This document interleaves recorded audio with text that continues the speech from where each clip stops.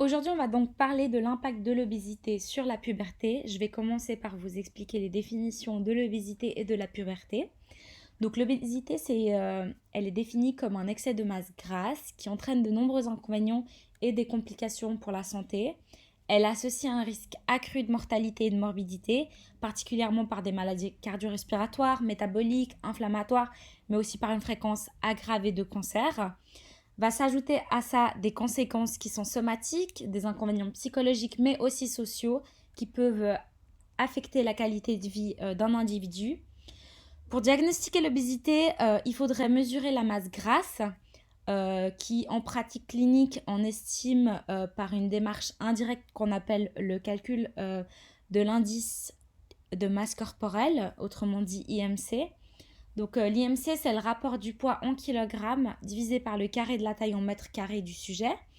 Cet indice, il peut fournir une mesure approximative de la masse grasse, mais celle-ci suffit pour les besoins de la clinique seulement. L'IMC, c'est une définition qui ne va pas prendre en compte l'âge, le sexe, l'ethnie, ou encore l'apparition et l'ancienneté de l'obésité, la distribution des tissus graisseux, qui sont quand même des éléments qui aggravent les risques liés au surpoids. Il faut donc pas se référer à ce genre de classification de façon trop rigide qui est basée que sur l'IMC.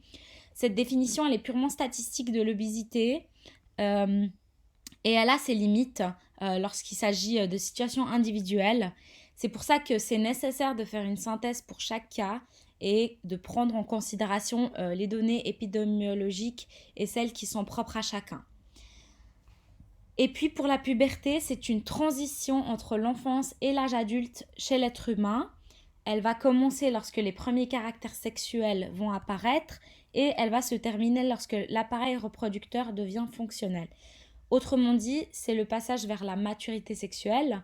La puberté, elle est marquée par plusieurs modifications physiologiques dues aux hormones sexuelles et va entraîner des changements physiques et comportementaux. L'obésité, elle a longtemps été et elle est encore un problème pour la médecine, pour sa prise en charge et ses thérapies. Il est encore très difficile de prendre ce problème en charge à cause de son origine, qui est due à la génétique pour certains, à la composante comportementale de la personne atteinte d'obésité, à sa dimension socioculturelle. Le fait que l'OMS elle ait constaté une régulière augmentation de l'obésité dans la population et les avancées effectuées dans la connaissance des médecines psychopathologiques ont conduit à envisager l'obésité comme une maladie qui crée un problème de santé publique. Aujourd'hui, il y a de nombreux scientifiques qui s'accordent à dire qu'il existe un lien entre l'obésité et la puberté. Alors la question qu'on va se poser aujourd'hui est la suivante. Quel impact a l'obésité sur la puberté? Donc moi, je vais parler des données analytiques ici d'articles. Donc l'obésité, c'est quoi et pourquoi ça existe? Donc comme on l'a déjà dit plus haut, c'est un excès de graisse.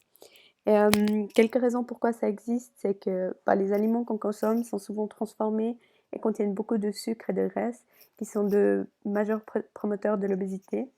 Mais c'est aussi un manque d'exercice physique.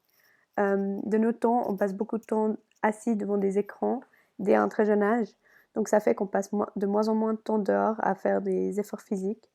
Et puis en fait, le problème, c'est que euh, un enfant obèse a des très grands risques à rester obèse pendant son adolescence et ensuite pendant sa vie adulte. Et puis bah, l'obésité, ça a des impacts majeurs sur la santé et peut même mener à la mort dans des cas extrêmes. Donc les répercussions sont très nombreuses, mais je vais vous donner quelques exemples. C'est des maladies cardiovasculaires, l'hypertension artérielle, ben, un cholestérol excessif ou même le diabète type 2, qui sont que quelques exemples. Donc le diabète type 2, ça a beaucoup augmenté, surtout chez les jeunes, ces dernières années. Euh, et puis ensuite, pour les ados et pour les enfants, il y a aussi une mobilité réduite dès un très jeune âge, l'essoufflement lors de, d'efforts physiques minimales, et puis bah, en fait le début d'une puberté précoce, et c'est tout lié bah, à l'obésité. Mais aussi, il ne faut pas oublier que l'impact, il n'est pas seulement physique, mais aussi mental. Beaucoup d'ados et d'enfants au surpoids ont des très grands risques de manque de confiance en soi, une dégradation de leur image corporelle, des troubles anxieux qui peuvent tous mener à une dépression très grave et puis qui ne s'arrêtera pas pendant toute leur vie. Et voilà.